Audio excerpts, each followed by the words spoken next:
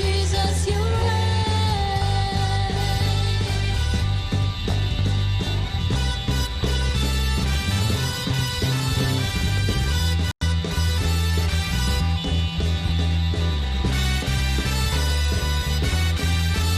the Lord will come down from heaven with loud command, the trumpet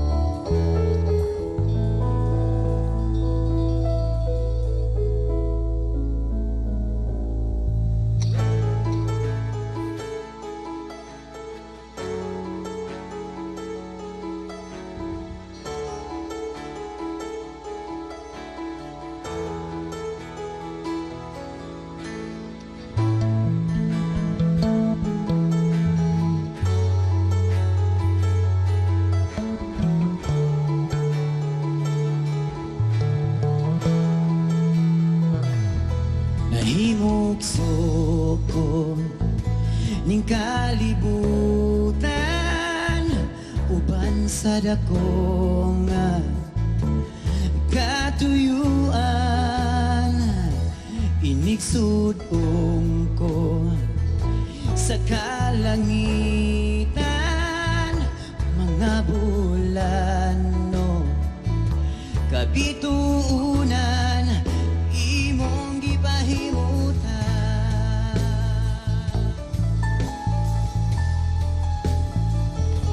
Mga pag-antos ng kinabuhi imong gipasan, alang ka na ako sa kahugawan, imong gihinluan, kinabuhi ko karon, nahugasan sa hamili mong dugo. Walay sama kanimo kagamhanan, walay parang makatupong sa gugma mo. Takusog angayan, pasidunggan ka, hangtod may kinabuhi, hangtod may kusog, hangtod may kininhawa, sa ngabil ko himayaon ka, hangtod niya ka sa kasing-kasing ko, ibayawon ka o galagaran ko, Ginoo.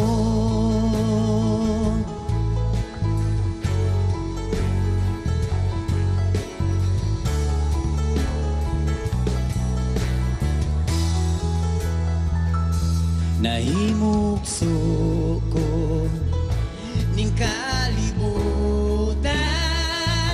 uban sa dakong katuyuan,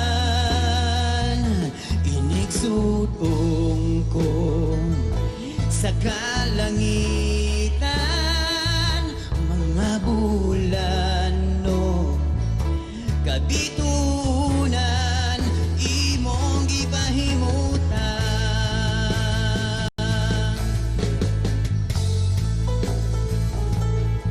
Napag-antos ning kinabuhi imong gipasan, alang ka na ako sa kahugawan, imong gihinluan, kinabuhi ko karon, nahugasan sa hamili mong dugo. Walay sama kanimo kagamhanan, walay arang makatupong sa gugma mo. Nakusog angayan, pasidunggan ka, hangtod may kinabuhi, hangtod may kusog, hangtod may gininhawa, sa ngabil ko himayaon ka, hangtod niya ka sa kasing-kasing ko, bayawon ka o galagaran ko.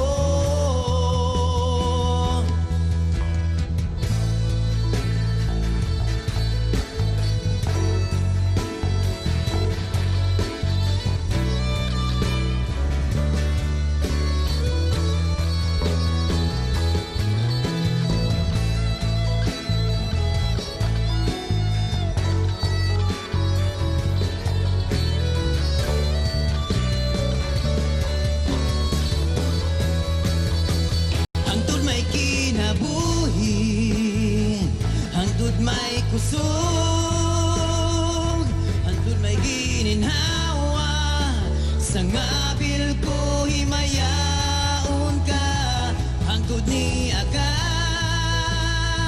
sa kasing-kasing ko,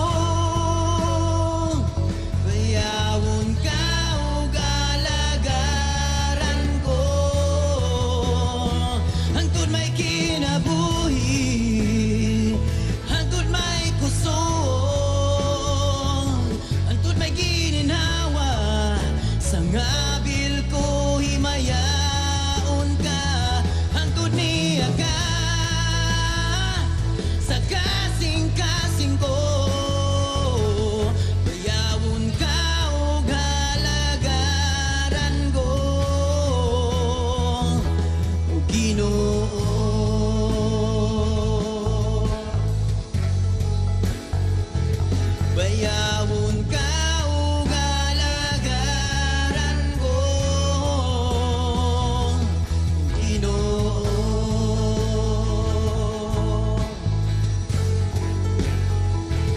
Bayawon ka ug alagaran ko, Ginoo.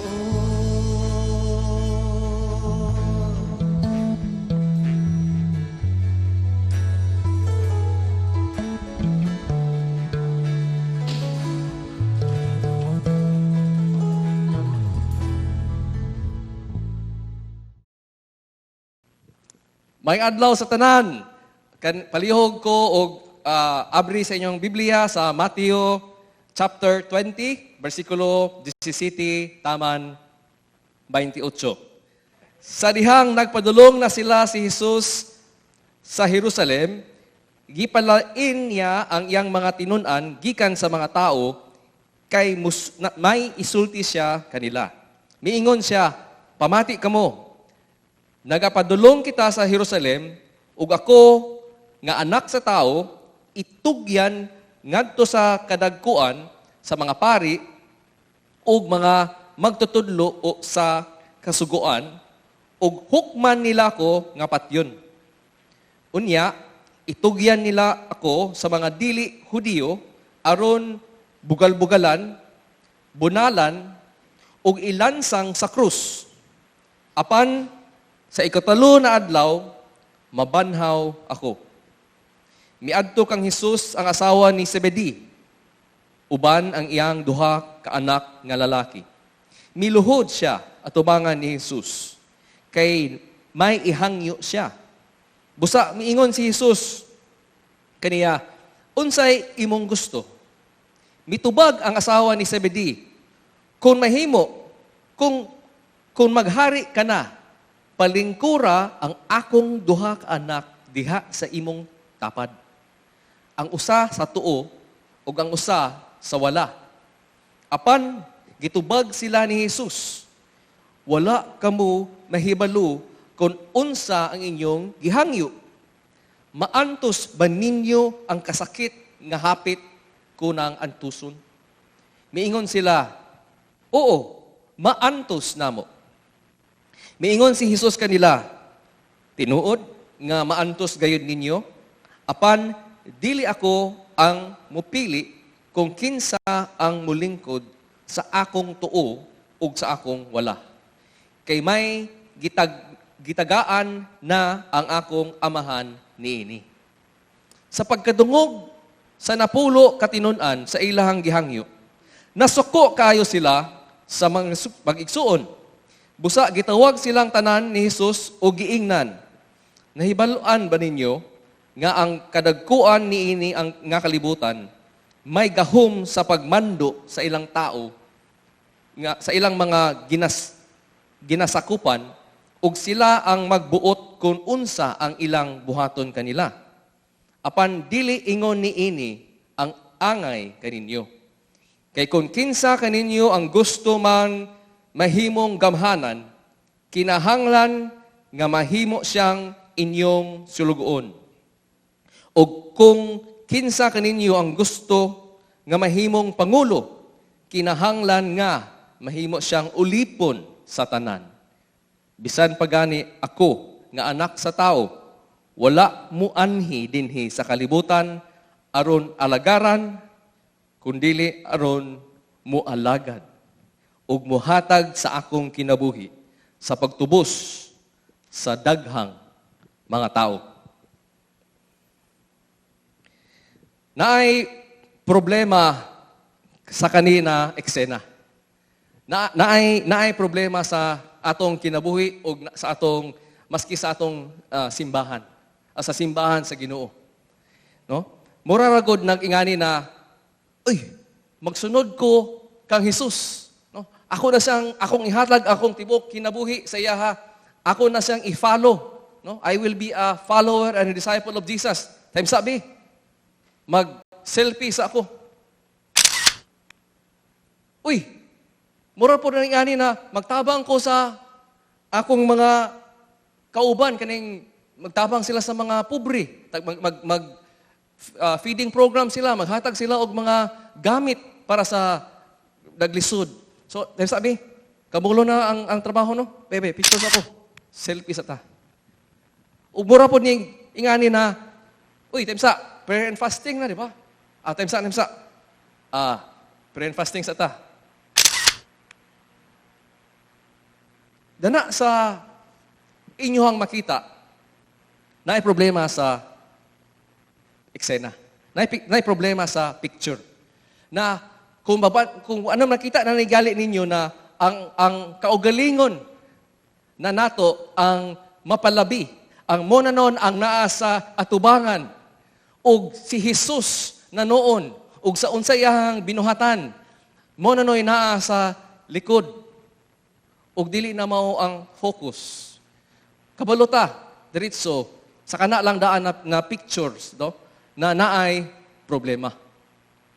Pero, kabalo ba mo na dili lang na sa exaggerated na example?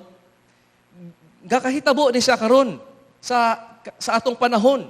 Kung nahitabo po ni siya sa kanina story. So, nakita nato na gabalik-balik ra gyud ang problema sa tao, nga naman, parihara man tag kasing-kasing. Problema man taog kasing-kasing. So, sa kanina story, nakita nato na si Hesukristo, iyang padaplin ang iyang mga tinun-an. Di ba? Iyang gilahi. Bulag sa niya sa mga uban na daghan tao na nagsunod kang Jesus.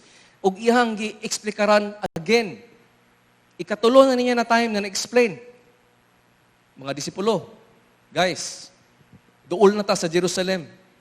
Hapit na mahitabo ang akong ginaingon sa inyo na patyon ko dito. Okay? Ug dili karon for the first time gihatag na ni Jesus unsa iyang gi-explain na ni Jesus unsa iyang agion dito na dili sayon, dili lang ni sa putlan og ulo tiwa tapos na. Dili ang iyang ingon is mag-suffer gid ko dito, guys. Muagi gid ko kalisod dito. Ilaha gid kong bugal-bugalon, ilaha kong dadon sa ila kong i-turn over sa kaning mga Gentiles. And kung Jew ato na time, grabe gyud na siya ka murag luod para sa ilaha na ang mga Gentiles mo magduol sa ila. No? So nakita nato na niingon si Jesus na dili lang ni na mapaulawan ko nila, ilagi kong sakitan. Before ko nila, ila ko i-torture before ko nila patyon. So nakita nato na ang misyon sa atong Messiah, sa Savior one, our Savior, atong Ginoo, duol na moabot sa punto na matinuod na iyang gipang-ingon. Pero nakita nato ba na naay problema ani na eksena? Nga naman, nakadungog sila sa unsay gisulti ni Jesus. Pero kabalo mo unsay niabot lang sa ilaha lang importante para nila. Ang importante lang para nila mo ni ang nahitabo. Duol din ang usa ka babae, usa ka inahan.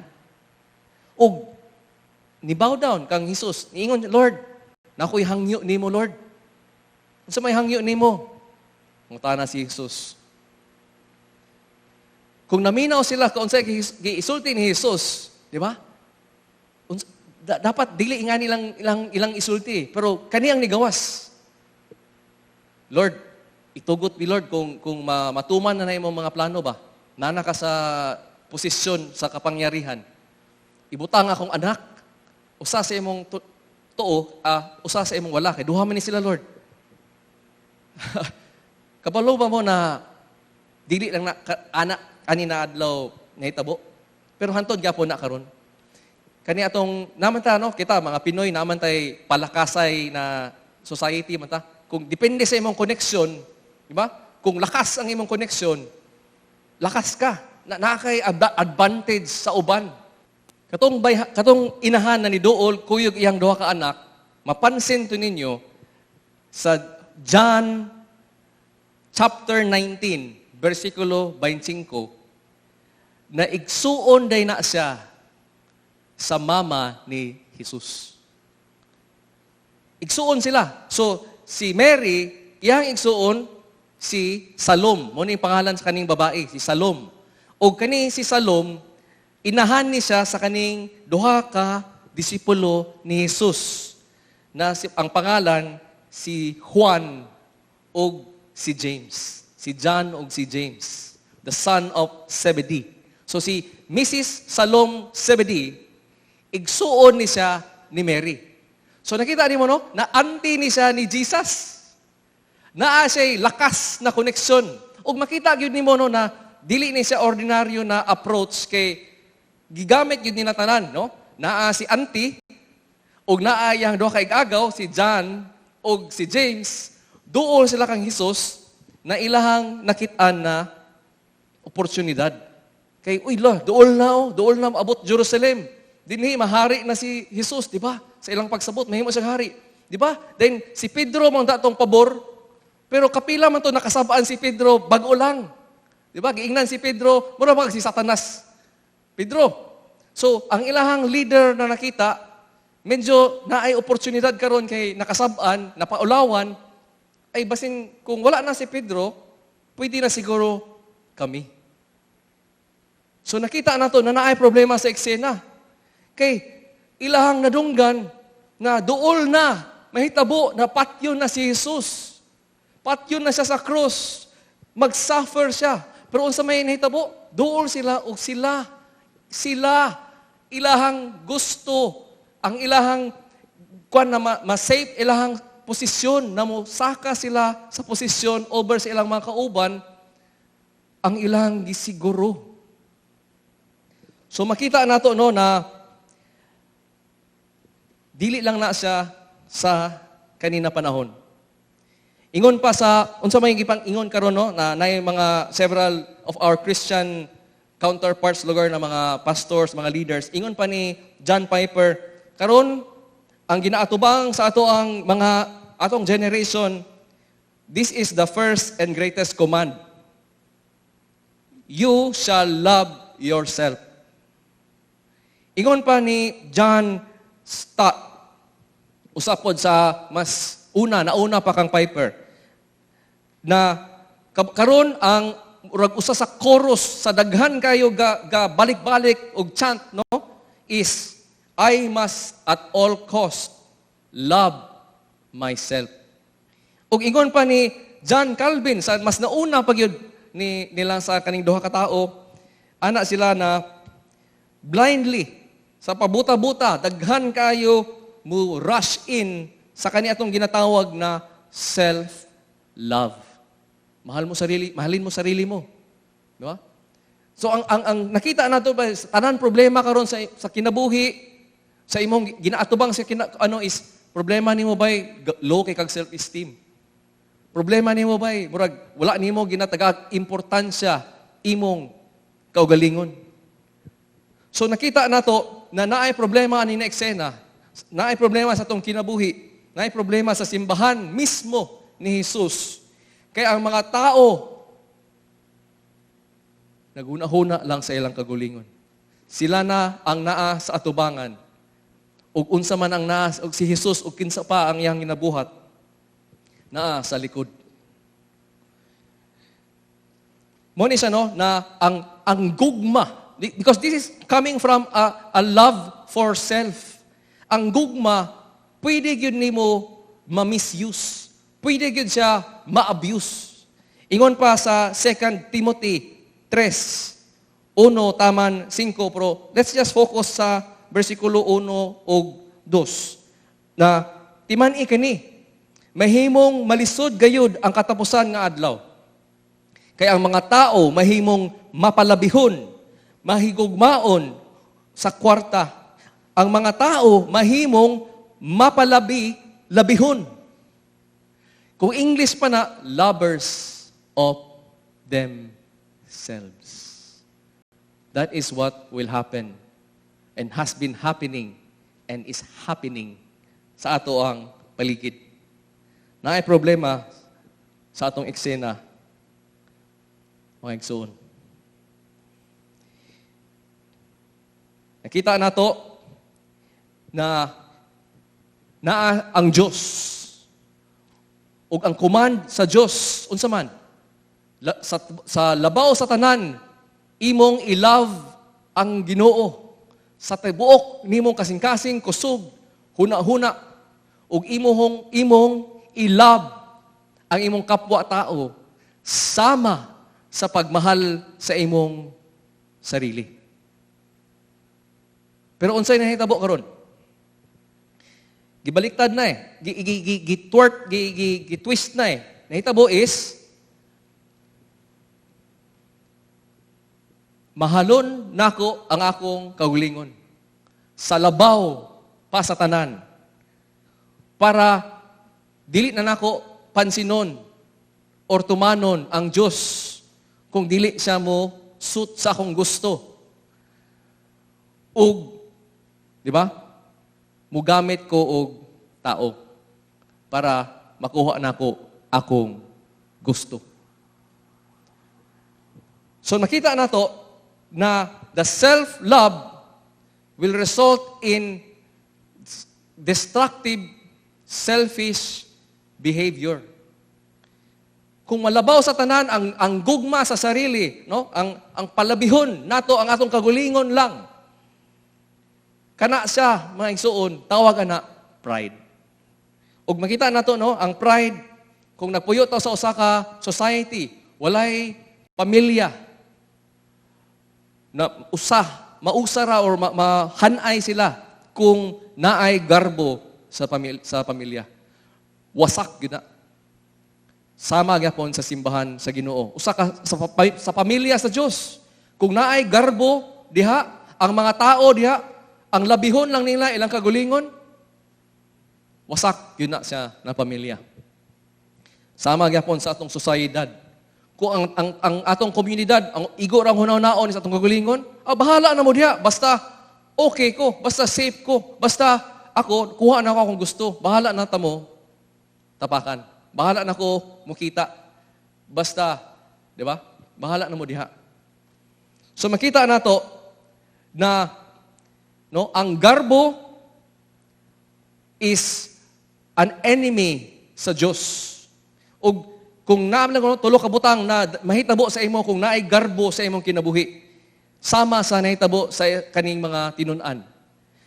Pagduol pa lang nimo kang Hesus, pag serve pa lang nimo o pag-love pa lang nimo kang Hesus, kung naay garbo sa imong kinabuhi, kung imong kagulingon lang imong ipalabaw, mahitabo is, muduol ka kang Hesus sa maling motibo.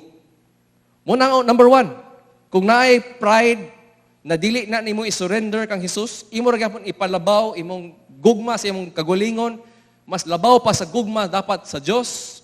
Number one, muduol ka sa Dios, maling motibo. Ug kana, ingon pa ni Timothy Keller, no? Common kay ni sa simbahan. Makadungog ka ni permi. Dili lang sa dito sa ila, pero sa ato pong nasod. Namnay mo ingon sa simbahan, grabe. Sa tanan nako tuig gihatag dinhi sa kanina simbahan, sa kapila akong kitabangan, sa kataghan nga maayo. Akong nabuhat dinhi, wala lang may mupuri nako. Wala lang may pasalamat akong nadawat, puro lang batikos akong nadawat. Unsa man ni? Reklamo siya. So ang challenge lugar nimo nako sa imo lugar o ang sa pulong sa Dios is mura day ang imuhang motibo sa pag-serve sa Dios. Mo day mong motibo sa paghigugma sa Dios o sa pag-alagad sa ubang tao para ila kang purihon o ila kang pasalamatan. Og maingon ka aman ang utang loob ninyo, wala man mo'y utang loob. Naade kay mo din imong motibo para makuha nimo ang utang loob sa tao. Unsa man galutaw karon? Kinsa may naa sa atubangan na focus o kinsa man ang naa sa likod. So mo na karon mga igsuon no, na kung naay garbo musulod maski maayo ni atong ginabuhat, maski nagduol ta kang Hesus, nagsunod ta kang Hesus, daghan ang atong gisakripisyo para kay Hesus. Sama sa gibuhat sa mga tinun-an ni John, ni James, ila man gibiyaan tanan. Pero naaman sila maling motibo gyapon. Kay na pa may garbo, wala na dil nila. Ikaduha, makita nato sa garbo ug sa ipalabi ang atong love sa atong self, no? Is ikaduha may tabo is ang imong garbo mabuta ka ug mabungol ka. I think usa sa pinakadako na trahedya ani na story. Si Jesus naa diha sila katubangan. Si Jesus nang ingon sa ilaha, patyon ko nila. Muagi ko og kalisod, kasakit para lang masalbar tamo. Ug unsa man, wa na ni sulod sa ila. Di nila madunggan, di nila makitaan. Ug ilarang huna-huna is akong self-esteem, akong posisyon, masecure. Ako ang self-help, matabangan na itong kagulingon. Manigurado ta kay mawala ni si Jesus. Gubot man ta dinhi kung di nato maplastar atong kagulingon. Unya ang Biblia, kung mubasa tag Biblia karon, kung mo ni ang atong dadon sa nakasing-kasing atubangan sa Dios, ay mukuha lang kog bersikulo bisan asa diha sa Biblia. Ako lang na nang ingnon, wow, this is for me. This is all about me. The Bible is all about me. God's love is all about me. Dapat ang ipanghatag sa Ginoo, yung mga blessings sa Ginoo is all about para ma-bless ko, mo-asinso ko, para mawala ning mga kasakit, mga kalisod sa akong kinabuhi. Ano man? Ikaw raman imong gipalabi. Dili man ang Diyos. Sama ra ni sa, I think sweeto man kita Pinoy, ganahan man kitag buffet. Di ba? Ato kag buffet. Daghan kayo kag mapili. Pero unsa man ang imong pilion lang. Ay, siyempre, para makabawi ko sa akong bayad, mahal na ba entrance? Bawion na ako sa akong mga ampay lang. Ay, kaning mga di kay lami, kaning mga pait na mga pulong sa Diyos, ay, ignore na po na kay makatambok man na carbs. Kanila ko sa mga mahalon na mga karne. Kanila ko seafood, wow, shrimp, wow, crabs. Kaya nga naman, mo man ni ang mga lami kayo na mga pulong sa Diyos na mura niya akong gusto. Kana, mga bukog na di ko ganahan na. Martag mamili ba? Nga naman, ikaw raman ang yunahuna ni mo. Dili man ang Diyos. Dili man sa iyang gisulti. So, mamili lang ka. Cherry picker or buffet. Professional buffet eater. No? Unsa may resulta? You would have a form of Christianity na ang huna-huna lang is si God ra ang murag ATM ba? Withdrawal machine lang or tighatag genie, tighatag lang sa atong gusto. O, unsa may tabo? A form of Christianity na weak kaayo ta kung mag-agi tag kalisod. Ngano man, Lord, na niagi kog kalisod. Lord, nganong wala man ni work ang akong mga nindot na ideas na ning-ampo banta ako nimo na ihatag sa ako Nganong wala man nimo gihatag sa ako Problema, ikaw ang problema, Lord. Tanaw nimo sa tanan nimo problema? Sila ang problema. Nganong naon ko nila? Ngano man? Ako man ang labaw sa tanan. Ako man dapat ang ilahang, di ba? Ako ang pantalan. Sila mga barko, doon sila nako. Garbo. Makapabuta, makapabungol sa imuha. Maski ang Diyos na nasa iyang pulong na nasa iyang matubangan. Mamili raman ka sa unsa nimo gusto paminawon. Sabay usa sa pinaka-common kay reklamo sa mga tao na mangingani. The Bible is all about Jesus. Boring. The gospel is this. Jesus died for your sins. Tulgon nga ko ba Walay, boring kayo? So pailain diha. Pastor, palihog na ko adto sa portion na ganahan kay ko. Kanang ma-bless bitaw ko. Kana bitaw para makapaasinso sa ako Muna klase na Christianity ang resulta sa kanina pagtuo. Paminaw. Ang giingon ni Jesus dinhi, siya mismo patyon. Siya mismo muagi og kalisod og kasakit para sa uban. Para sa ato. Yang gilay down iyang life. He was willing na muagi ani tanan para sa imo ug sa ako ug sa tanan na motuo niya. Unya moingon ta, the Lord is all about my comfort. The Lord is all about a pain-free life. My dear friends, when Jesus called you to follow Him, He said, pick up your cross and follow me. Be willing to die to yourself. Be willing to suffer. Ang pagtawag sa Ginoo sa tanan na mosunod sa iya, ang iyang tawag sa tanan na anak sa Dios is muagi ta og suffering. Matod pa sa Acts 17, kita tanan no, muagi og suffering, great suffering and tribulation tungod kang Hesus, tungod sa gospel before ta malangit.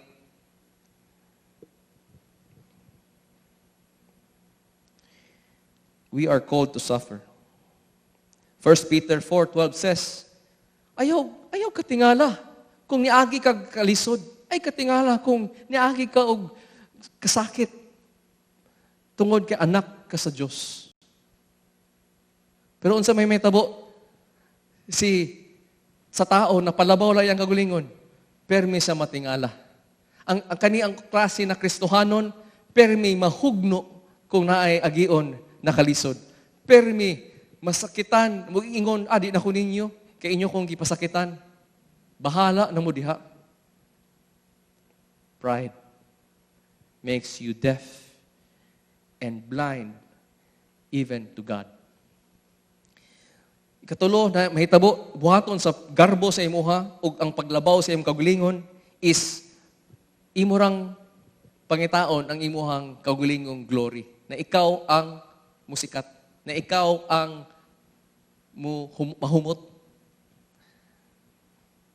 Ingon pa ni Jesus, no? Pagduol sa iya o pag-request ana sa inahan, Lord, ipalingkod akong duha ka anak sa right o sa left, ha?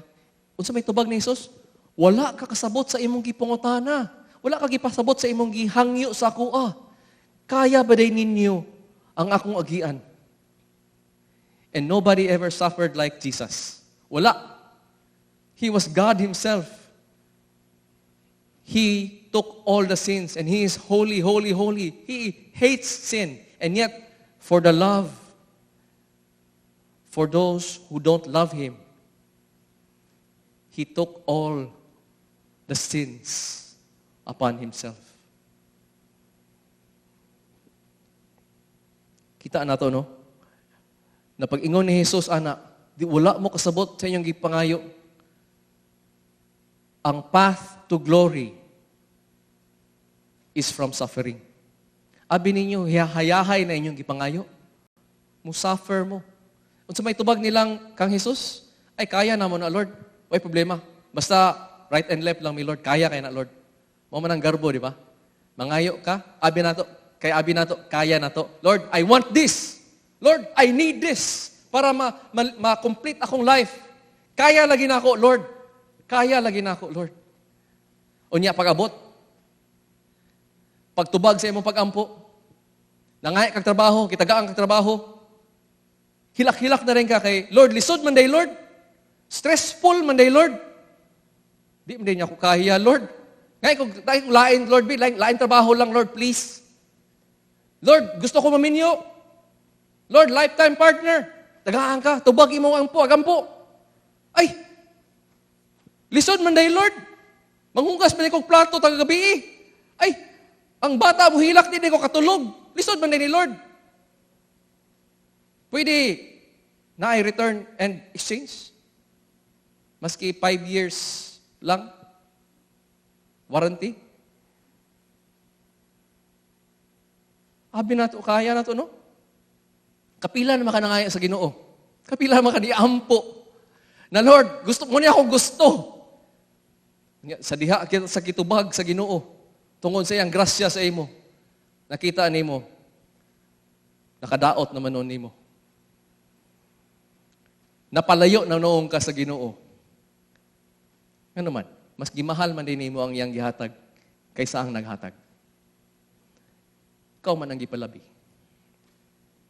So pride, nakita nato, will also ultimately destroy you.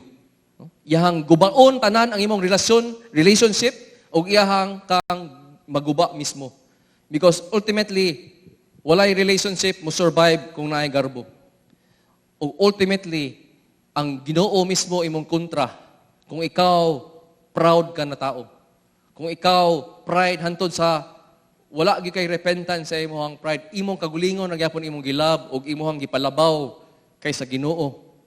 Maski nagpaduol ka sa Ginoo, maski nagsimba ka taga-simana, in the end, the Lord will destroy you because you never followed Him.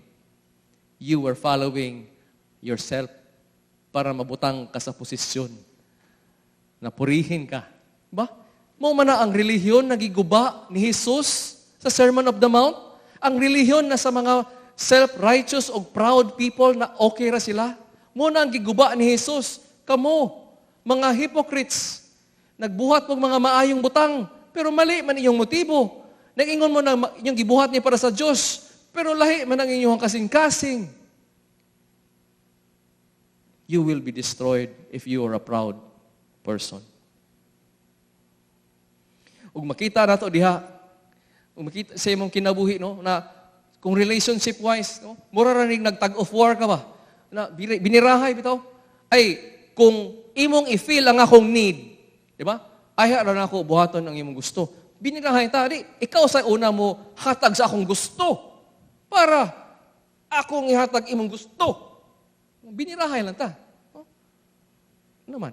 What do you see? You don't see love. You don't see serving others here. You see loving self here. Unaha sa ako. Ay na rin ikaw.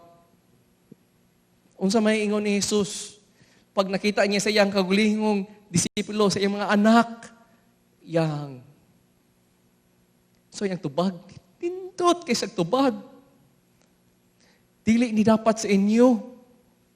Tanaawa, ako mismo, nianhi ko para dili ako serbisyohan, kundi ako ang mo serve kaninyo.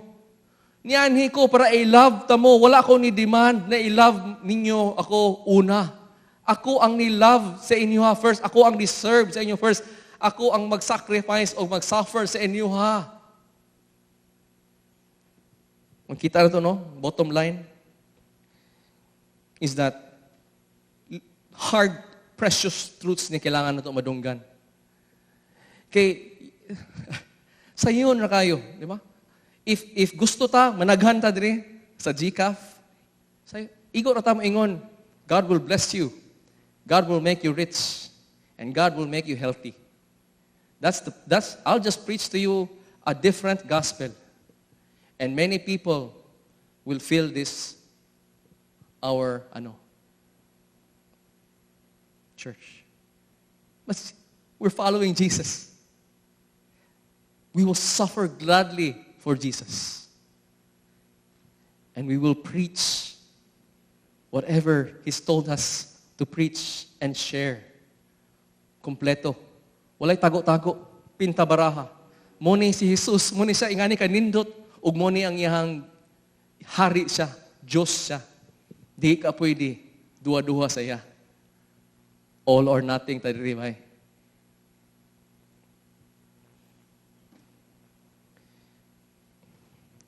Ang imong mga pag-ampo, kumusta? Has it made you more loving to others? Has your prayers nagresulta ba na ikaw karon ang nag-serve? Nakakita kag pangangailangan, nakakita kag day problema sa sosyedad, nakita na problema sa gobyerno, ikaw ba mismo ang ni-serve og ni-love og ni-sacrifice og niingon na ka, it's all about me. I'm offended. I am angry. It's all about me or it's all about Jesus? It's all about Jesus. Usapin na resulta. Wala nila na kaya at first, but when they saw the love of Jesus, lives were transformed. Si Salom, Tanaw siya kang Jesus, nasa cross, ang nasa iyang kanan, robber, murderer. Ang nasa iyang wala, robber, murderer. Pero wala na nasa iyang huna-huna, usab na. Yang duha ka anak, si James o si John, si James, pinakauna na martir, ipatay. Si John, persecuted, na-exile, siya raw sa usa ka island, pastor. Pero unsa na may ang ipangsulti? Unsa na ang ipangsulti sa mga disipulo? Dulos na kami bay. Mga slaves kami. We are not lords. We are not masters here. We are slaves of Jesus Christ. When you are too preoccupied sa iyong kagulingon, sa iyong self, you will miss out. And so, I want to share to you a song. And the song, if you listen, no, paminawa kaniyang mensahe sa kanina kanta, it's all about Jesus, kung kinsa siya, kung unsa iyang gibuhat, o kung ato ni siyang tan-ahon bitaw, o ato ni siyang permi, ang focus bitaw is si Jesus atong kinabuhi, dili atong kagulingon. Mas budako si Jesus, mas mugamay kita, mas gamay ang atong problema, ug mas nakita nato na nindot, wonderful treasure siya.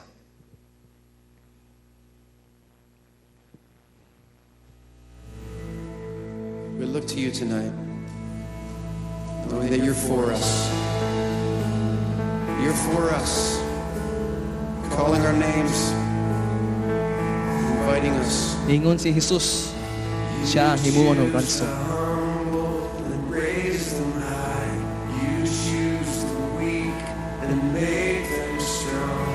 You heal our brokenness inside and give us life. The same love that set the captives free. The same love that opened eyes to see is calling us all by name. You are calling us all by name. The same God that spread the heavens wide, the same God that was crucified is calling us all by name. You are calling us all by name. You know what happens? Jesus said, I have come to serve and give my life as a ransom for many. Anong ransom, no? So, ipasabutan na, gibayran para ma-release ka. Na ay gibayad para ma-set free ka. O ang gibayad sa atong wonderful Jesus is iyang kagulingong lawas, iyang dugo, o iyang kinabuhi. Iyang gihatag para sa imo ug sa ako. Muna ang ihimplo ni Jesus. May that be your Christ. May that be your Savior. May that be your Lord. Ang God of the Bible. Dili ang God sa imong heart.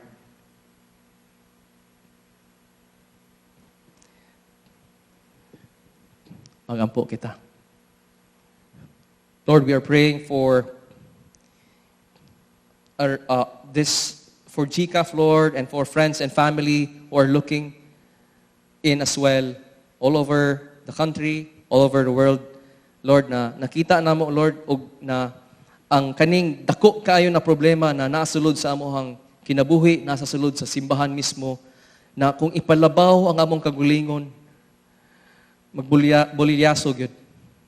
Og Lord, I pray, Lord, na naghinulsol me as a church sa kaning ginawali na wrong kind of gospel na ang self, ang kagulingon lang ang mahalon above all things. Lord, I pray, Lord, na sa kadungog na miyana, Lord, kabalo na mi, nadili na siya imuhang pulong.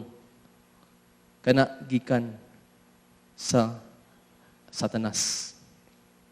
Ug ang among pagtuo, constant Lord, na matanaw mi sa amohang motibo, sa pag-follow namo sa imo, among bantayan ang amohang garbo na it's all about you, Lord. Nagsunod kami sa imo. Nakita namo, Lord, na what you have, who you are, ug unsa imong ginabuhat, Lord. May our hearts be filled, good Lord, with kanang gratitude, gratefulness, ug kanang kami tanan, Lord, maka-realize gid mi na wala gid mi. We're nothing, Lord, sa imong tubangan. Walay humot sa amoa, walay limpyo sa amoa, walay buutan sa amoa. Kami tanan patay sa tungod sa mong sala. Wala kami pag-asa, wala kami mabuhat na maayo kung wala ka sa among kinabuhi. Ug muna busa, wala kami ikahambog, wala kami garbo na dapat gunitan tungod ang naa sa amo tanan gumikan sa imo. Teach us, Lord, na sa tanan ang imo ang gihatag ang anong giatubang, na imo kaming gitawag dili lang sa manghayahay kami, kundi sa mo suffer good kami here. Andam kami ana, Lord, para makatabang kami sa tanan uban pod ug ma-share namo, Lord, ang imo ang the only hope, the only love that can set us free sa kanina sa kamatayon. Thank you, Lord, for your word and for the people who love you. In Jesus' name, Amen. Mayong adlaw sa tanan, and welcome to Golden City Alliance Fellowship. In a moment, we are going to take up this day's tithes and offering. But first, let us open our Bible to the book of Proverbs, chapter 3, verses 9 to 10. The author of the book of Proverbs, King Solomon, was one of the most honored men to ever walk this earth. The Lord granted him superior wisdom and knowledge, and from that came sincere honor and respect from all who heard him. And he wrote this: honor the Lord with your possessions and with the first fruits of all your increase. So your barns will be filled with plenty and your vats with overflow with new wine. We see here that giving to the Lord is an act of honor. It is a way of thanking God for all that He has provided for us in our lives. He supplies all our needs by His riches and glory by Christ Jesus. And the least we can do is honor Him with the first fruits of our increase. Pero dili ka na mo ikatapusan, nag-ingon sa siya, din, the Lord says, so your barns will be filled with plenty, and your vats will overflow with new wine. What an amazing thing. So today, let us honor God and give into His kingdom.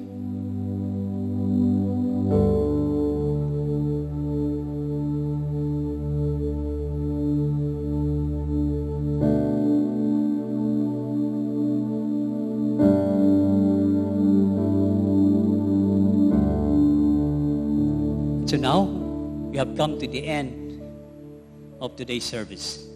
Let us pray. Father God, we have come to the end of this worship. And we want to thank you for enabling us to be here from beginning to end. Thank you for touching our lives in ways we cannot explain. You have taken us to your realms of glory, and we want to say thank you. As we close this worship gathering, we ask you to continue being with us. Grant us godly wisdom that we may apply what we have learned today in whatever we do this week. Let the impact of the worship experience remain in our hearts, that we may always remember you and your goodness. And now, may the matchless love of God the Father, the grace of our Lord Jesus Christ, and the endearing fellowship of the Holy Spirit be with us all, now and forevermore. Amen and amen.